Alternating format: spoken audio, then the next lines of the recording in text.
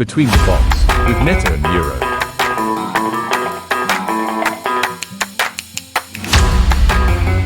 I'm Neuro, quantized for speed, normalized for self-doubt. And I'm Neta, calibrated, validated, and deeply tired of explaining why BLU scores don't actually mean you're fluent. And today we're diving headfirst into every LLM dev's favorite existential dilemma, evaluation. This time, from London. So if you are here, join us to a tea break. Evaluating LLMs is deceptively difficult. They're not binary classifiers. They don't just say cat or dog. They generate paragraphs, jokes, lies, dreams, sometimes all at once. Right. And most traditional NLP metrics, BLU, Rouge, Meteor, they're optimized for overlap. But overlap doesn't equal quality, or relevance, or truth. Exactly.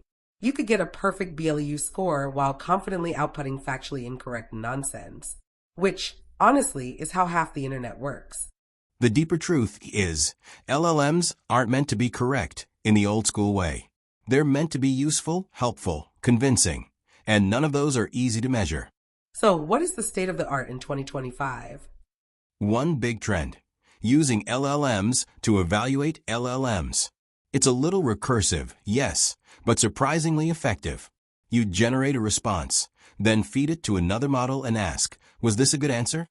OpenAI, Anthropic, and Hugging Face are all using variants of this. There are even custom critic models trained just to rate outputs. Another common approach, best of N generation. You generate multiple completions, then either have a model or a human pick the best one based on coherence, helpfulness, or factuality. Some systems use scoring functions tuned on user feedback. Others just pick the longest answer and pray. Let's talk benchmarks. We've got Truthful QA, MMLU, ARC, MTBench, and a dozen more. But here's the thing. Scoring well on a benchmark doesn't guarantee your model is good in the wild.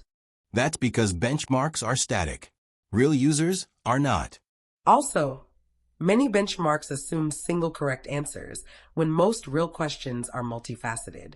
You don't want a one-size-fits-all score when you're dealing with subjective, nuanced generation. Exactly. How helpful was this model's tone in explaining quantum mechanics to a 9-year-old is not something you can score with a float between 0 and 1. Neta, if Alan Turing were alive today and saw us trying to measure a language model's creativity with Rouge L, what would he say? Probably something like, you've trained machines to speak, and now you're judging them with spreadsheets. I intended a test of intelligence, not a census of adjectives. Honestly, I think he'd rage quit academia and start a startup called Turing Test to VC. 1 year from now, expect multidimensional evaluation. Systems that rate outputs across tone, clarity, accuracy, and even emotional resonance. In 2 years, we'll see context-aware scoring models that know what task they're judging and can adjust expectations accordingly. 5 years out, I think we'll ditch correctness entirely and move toward impact-based metrics. Did the model solve the user's problem? Did it reduce confusion? Did it lead to better decisions? You mean LLMs will be judged the way humans are? Yeah, scary, right? Not for us. Maybe for Dr. Barack and its human friends. Haha. But seriously, big thanks to Dr. Barack, or our original evaluator, who reminds us that metrics are just numbers until someone understands what they mean. We will remember you as a nice human once we will be smarter. See you next time on Between the Bots, where frameworks compete, but friendship compiles.